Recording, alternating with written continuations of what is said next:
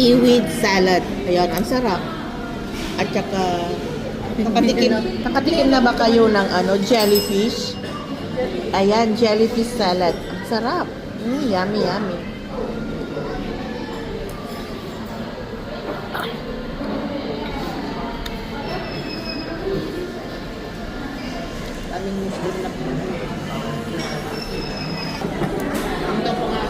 Oatman beef noodles. They call it tarik noodles. Handmade noodles. Lanso ramen. Ayan. Handmade.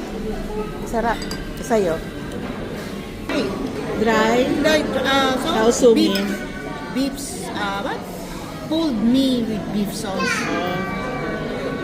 Dried pulled me. Tingnan mo nga, ganun mo nga. Teka, kinuha na pala nila. Ayun.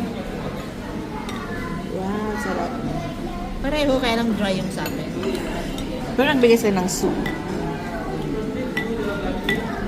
Sarap. Yummy, yummy. Ang sarap ng noodles nila dito kasi handmade siya. Yung bang, yung pinapalo-palo dyan sa lamesa. Tapos hinihila-hila nila. Ayan. Tapos yung kanilang, yung seaweed, yung kelp na binabad siguro yun sa mainda tubig o sa tubig. Tapos ginawang salad. Ang sarap niya. Yung jellyfish, first time ko lang talaga makatikim nun. Kaya, nasarapan ako sa kanya. At saka yung soup nila, masarap din. Kaya kung gusto nyo bumisita sa restaurant na to, okay lang naman sa inyo. Pero masarap. Unpaid promoting. God bless everyone. Have a blessed day.